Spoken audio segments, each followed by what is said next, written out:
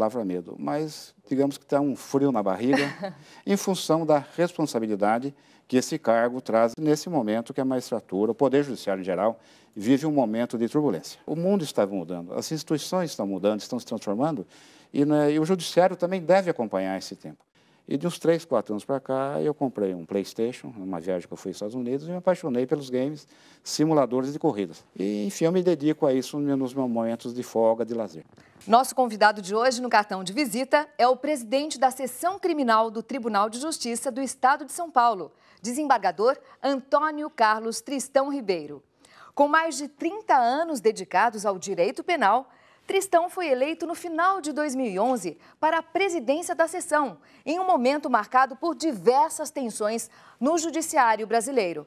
Com certeza, este momento representa um grande desafio para este homem, nascido na pacata cidade de Itaporanga, no interior de São Paulo.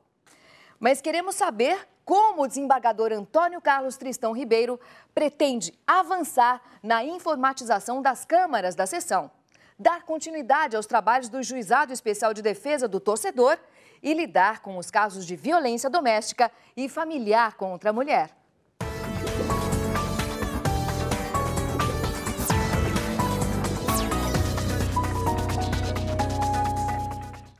Olá, doutor Tristão, bem-vindo ao cartão de visita. Eu quero saber como é assumir um cargo tão importante, né? A presidência dessa sessão.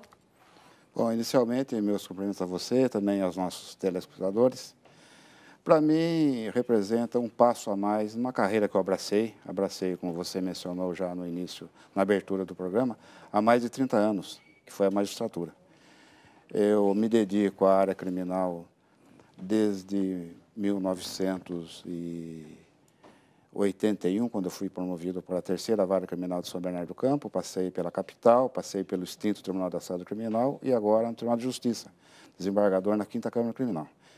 Fui eleito o ano passado para presidir a sessão criminal no biênio 2012-2013. Encontrei a sessão bem estruturada e realmente um dos objetivos é melhorar ainda a informatização das câmaras de julgamento, tudo com o fim, é claro, de proporcionar uma melhor prestação judicional, isto é, agilizar o julgamento, o andamento dos processos. É importante a gente até colocar qual é o trabalho da presidência da Câmara, até para os telespectadores conhecerem um pouquinho mais dessa sua função que é tão importante. Como é ser presidente dessa sessão? Bom, o Tribunal de Justiça ele é dividido em 3 sessões de acordo com a matéria.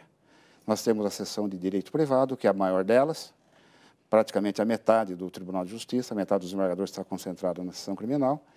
Temos a sessão de direito público e temos a sessão criminal. A missão do presidente é dirigir a distribuição dos processos que chegam, vem da primeira instância para ser julgados os recursos. E essa segunda instância, então? É a segunda instância.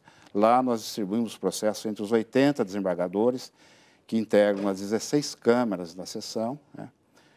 E dirigir essa distribuição, exercer a função correcional dos cartórios, dos nossos servidores, solucionar as questões que surgem de ordem administrativa. E agora, mais recentemente, o presidente da sessão tem uma atividade nova no âmbito administrativo, que é integrar o Conselho Superior da Magistratura.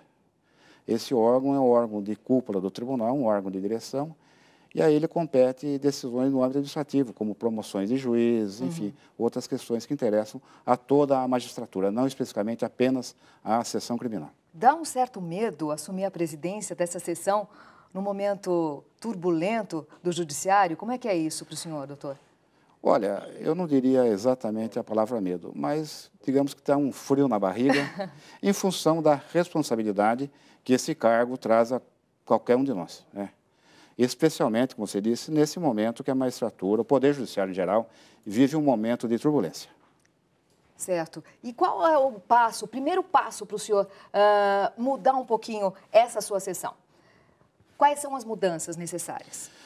Bom, nós estamos com alguns projetos que já vêm das gestões anteriores, que nós pretendemos melhorar, né? E temos alguns projetos que nós pretendemos dar início.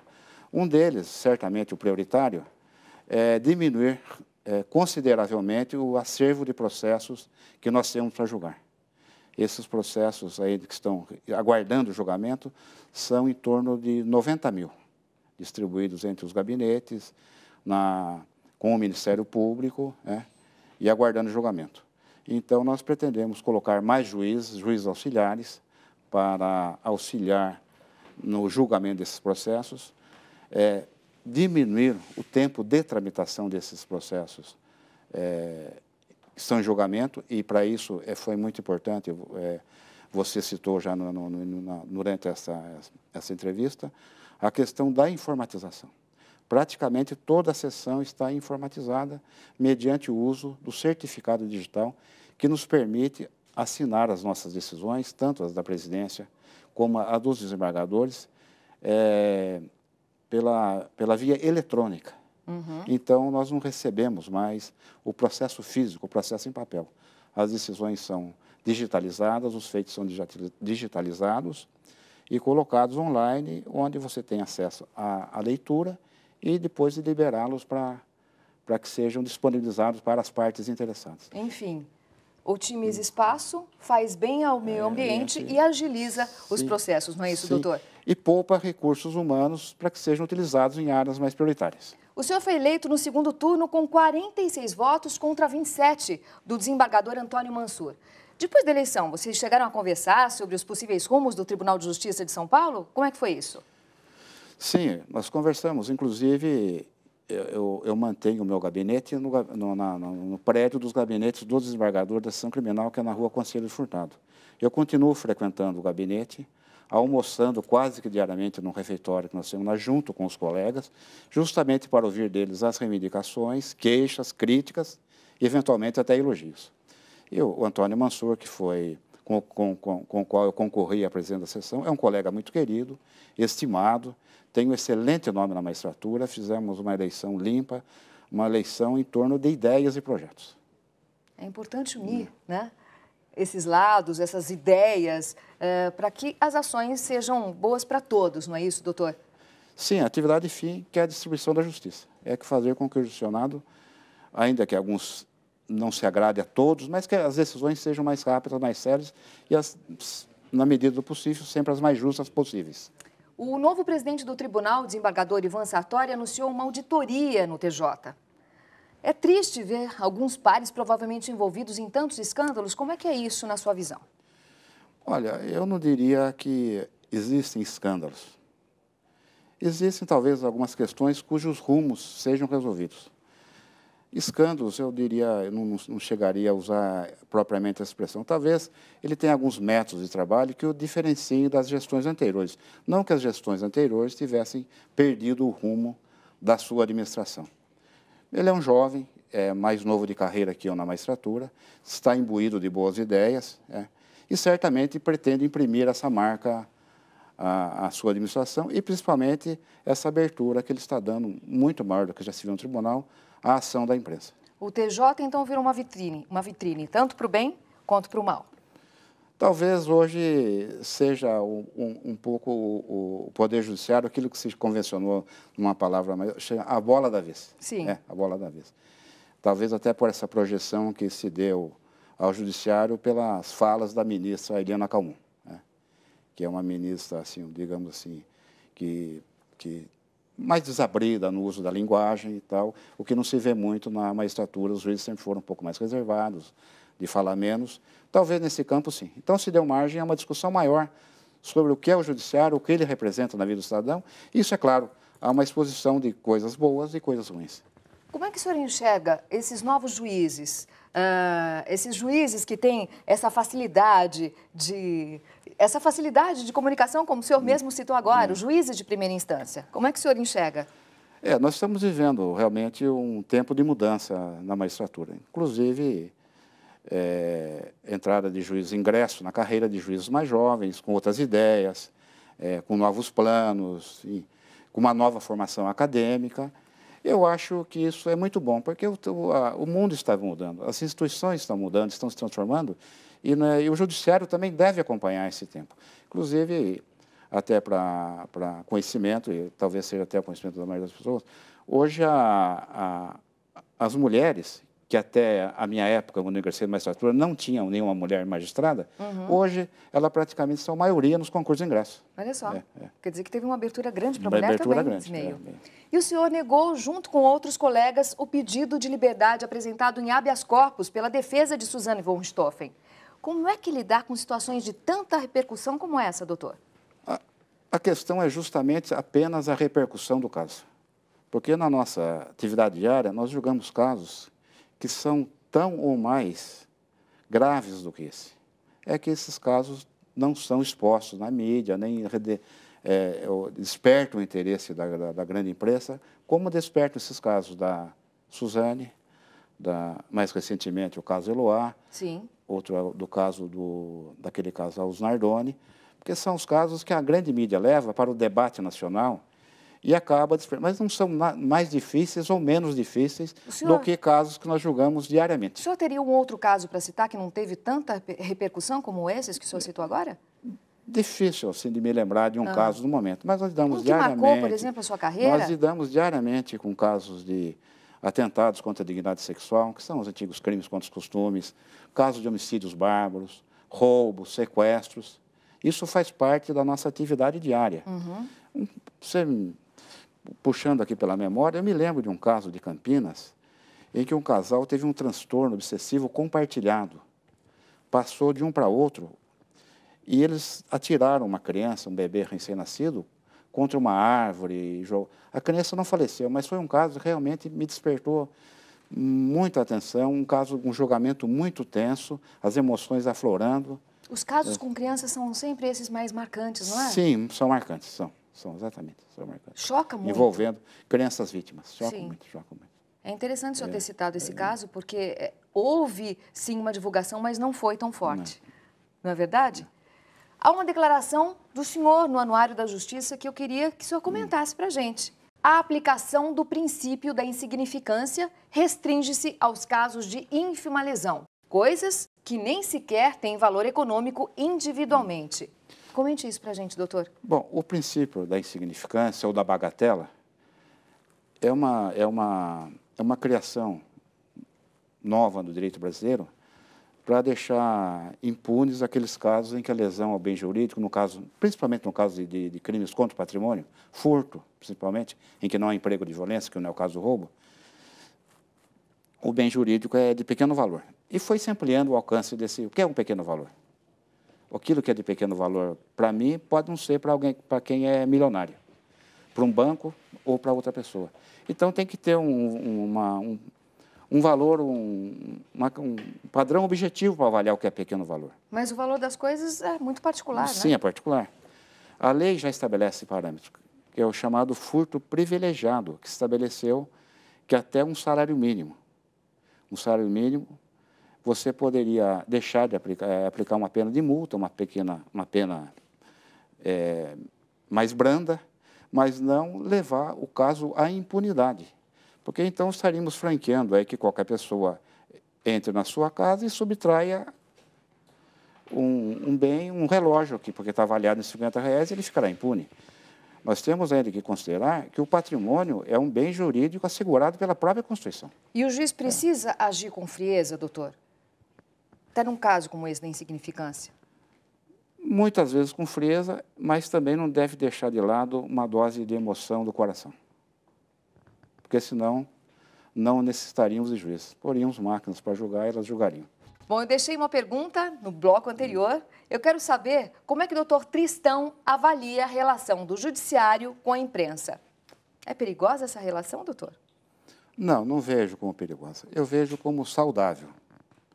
É claro, desde que o judiciário forneça as informações adequadas, até em linguagem acessível ao grande público, e a imprensa também transmita de forma imparcial, até onde for possível a imprensa ser imparcial, claro, porque o jornalista não tem realmente esse compromisso, mas até onde possa ser imparcial na divulgação dessas notícias.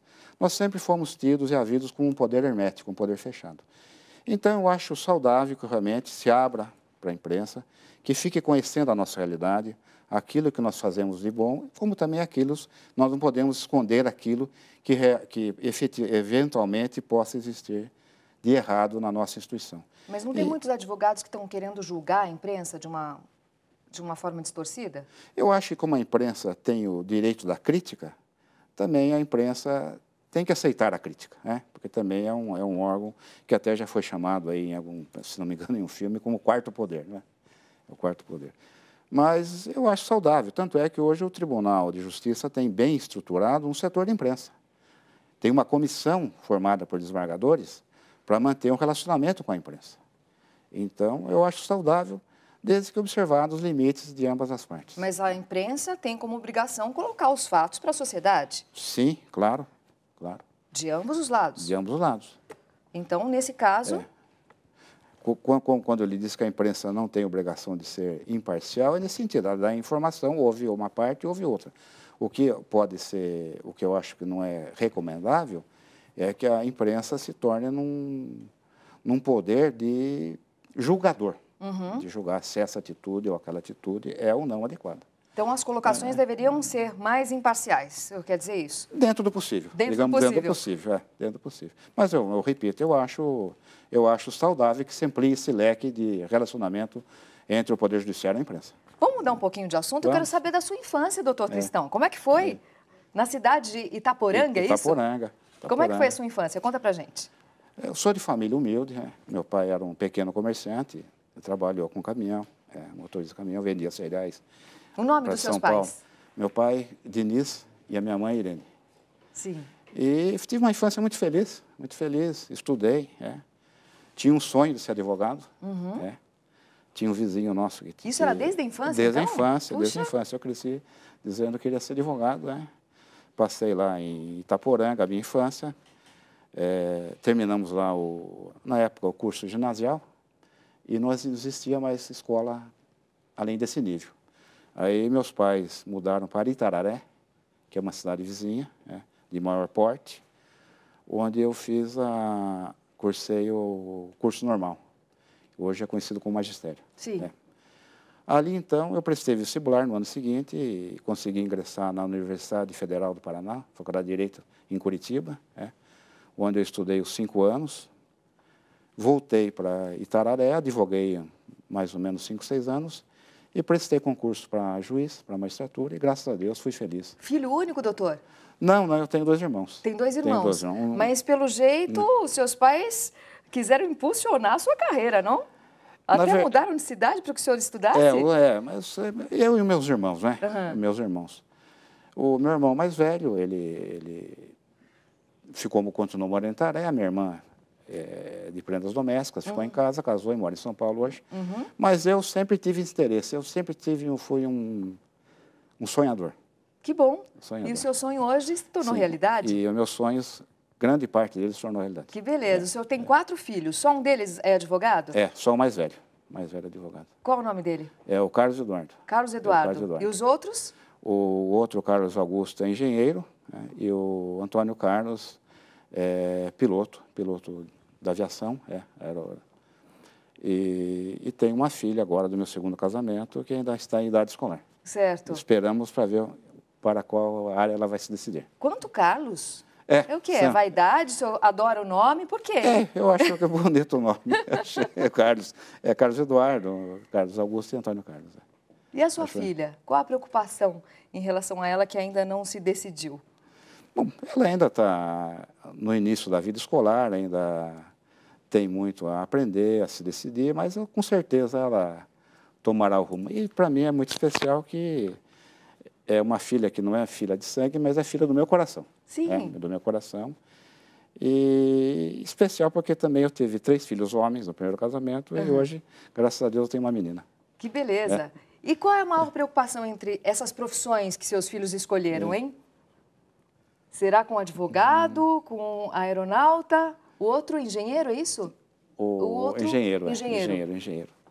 Bom, eu me sinto muito orgulhoso de todos os 3. Cada um abraçou a profissão que quis. São todos bons profissionais, levam a carreira a sério, e dizer para você que eu tenho preocupação com esse ou com aquele, eu não tenho nenhum. Eu tenho certeza que todos eles alcançarão aí pleno êxito nas carreiras que abraçaram. E o senhor gosta de sentar com a sua filha para assistir TV, filme, jogar videogame, essas coisas de paizão? Mais ou menos. Ela tem as predileções dela por um determinado videogame e eu tenho a minha, que é por outro videogame. Mas nós, de vez em quando, nós jogamos algumas partidas juntas. Né? E qual é o seu hobby? É exatamente isso que eu falei. Eu gosto muito do... Ultimamente, né, eu joguei tênis uma época da minha vida, joguei amadoristicamente, é claro, em clubes. Depois parei com o tênis e de uns 3, 4 anos para cá eu comprei um PlayStation, numa viagem que eu fui aos Estados Unidos, e me apaixonei pelos games simuladores de corridas. Sim. Né? Fórmula 1, corrida de turismo. E, enfim, eu me dedico a isso nos meus momentos de folga, de lazer. Então, o senhor gosta de um jogo para desestressar, né? Exatamente. E são muito próximos esses jogos novos, não é? São. Dão uma sensação de realidade muito próxima. São verdadeiros simuladores, né? Simuladores de situações muito reais. Muito reais. Eu que não sou nenhum bom motorista, mas pelo menos lá eu consigo dirigir bem. Ou até bater o carro e sair incólume, né? E além disso, o que o senhor faz para desestressar? Existe alguma outra coisa, algum esporte que o senhor pratique? O que o senhor faz para desestressar? Como eu disse, uma época eu joguei tênis muito, nós tínhamos um grupo grande que nós jogávamos tênis, depois, com o tempo, ficávamos afastando, eu também parei, tive um problema físico, precisei parar com o tênis. Eu gosto muito de caminhada, eu moro perto do Parque do Ibirapuera, vou com a minha esposa. Gostoso, vou né? ao clube. Além de tudo, tem um contato com o verde. Moro num bairro excelente, que é Moema, nós moramos, né? Onde se faz tudo a pé, gosto muito de andar a pé, tanto é que o meu carro fica semanas até parado lá na garagem, né? Não tiro. Então, contemplar, eu gosto de viagens, né? Gosto de ver a natureza, agora mesmo no feriado de carnaval. Para viajar, o senhor prefere campo ou praia? Difícil? Ou os dois? Os dois, todos. Eu gosto muito de viajar e tenho feito viagem para todo lado. No carnaval mesmo estivemos visitando Foz do Iguaçu, que agora se tornou a 7ª, oficialmente, né? Que alegria, a 7ª maravilha da natureza. E realmente eu já conhecia Niágara Falls. Niágara Falls não chega nem perto, não né? Chega, não que chega. coisa. A estrutura de Niágara, claro, que é muito melhor. Claro, para visitação e tudo mais, restaurantes, lojas. Mas em beleza natural, como também Fernando Noronha, que é um paraíso na terra. Nós temos belos paraísos aqui, talvez mal explorados, Mal explorados, belíssimos. Lindos paraísos nós temos no Brasil. Agora, eu quero voltar à sua carreira, doutor Tristão. Eu quero saber qual foi o momento mais triste que o senhor se lembra. Olha, eu tive um momento muito triste quando eu era juiz em São Bernardo do Campo. Eu era juiz da 3ª Vara Criminal e no decorrer de uma audiência, eu estava ouvindo a vítima, um gerente de um banco que havia sido assaltado.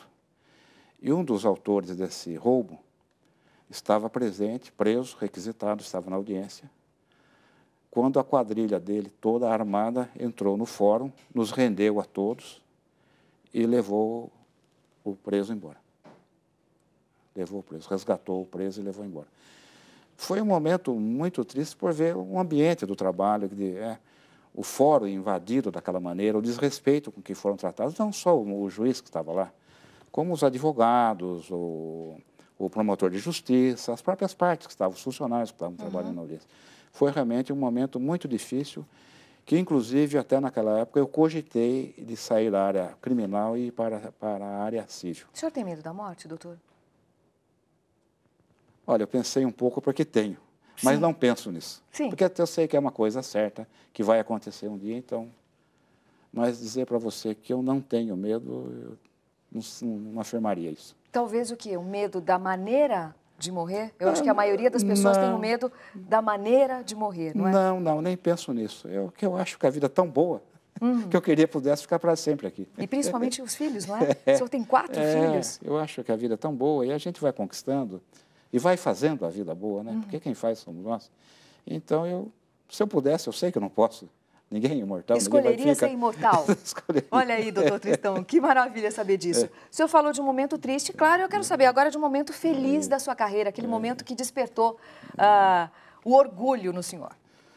Eu poderia citar até mais de um. Um deles foi quando eu consegui ingressar na magistratura. passar num concurso difícil. Não havia expectativa nem minha de que eu conseguisse obter êxito, né? Fui muito feliz. O outro, quando eu me tornei desembargador, que realmente é o ápice da carreira do magistrado aqui no estado de São Paulo, né? E agora, com a minha eleição para a presidência da Sessão Criminal, que representou o reconhecimento do meu trabalho. Bom, agora eu quero saber, depois de ter falado da sua carreira, da sua vida, para quem o doutor Tristão entrega o seu cartão de visita? É difícil, porque é só um cartão de visita. Para quem, doutor Tristão? Para minha esposa, Rosana, que está aqui presente. Que acompanhou o senhor durante todo esse tempo. Vem acompanhando esses tempos importantes da minha vida. Que beleza. Muito bem. Um homem cheio de energia, com personalidade ativa e decidida. Um pai vaidoso e orgulhoso. Daquele tipo de homem que não vê graça nenhuma na vida sem grandes desafios. Talvez ser eleito presidente e ter tantas ideias para a Câmara Criminal do maior Tribunal de Justiça da América Latina seja a prova concreta que o nosso entrevistado é um líder por natureza. Daquele tipo de pessoa que consegue atrair muita gente com seu entusiasmo. É para o desembargador Antônio Carlos Tristão Ribeiro, um homem apaixonado pela esposa Rosana, que eu entrego o meu cartão de visita.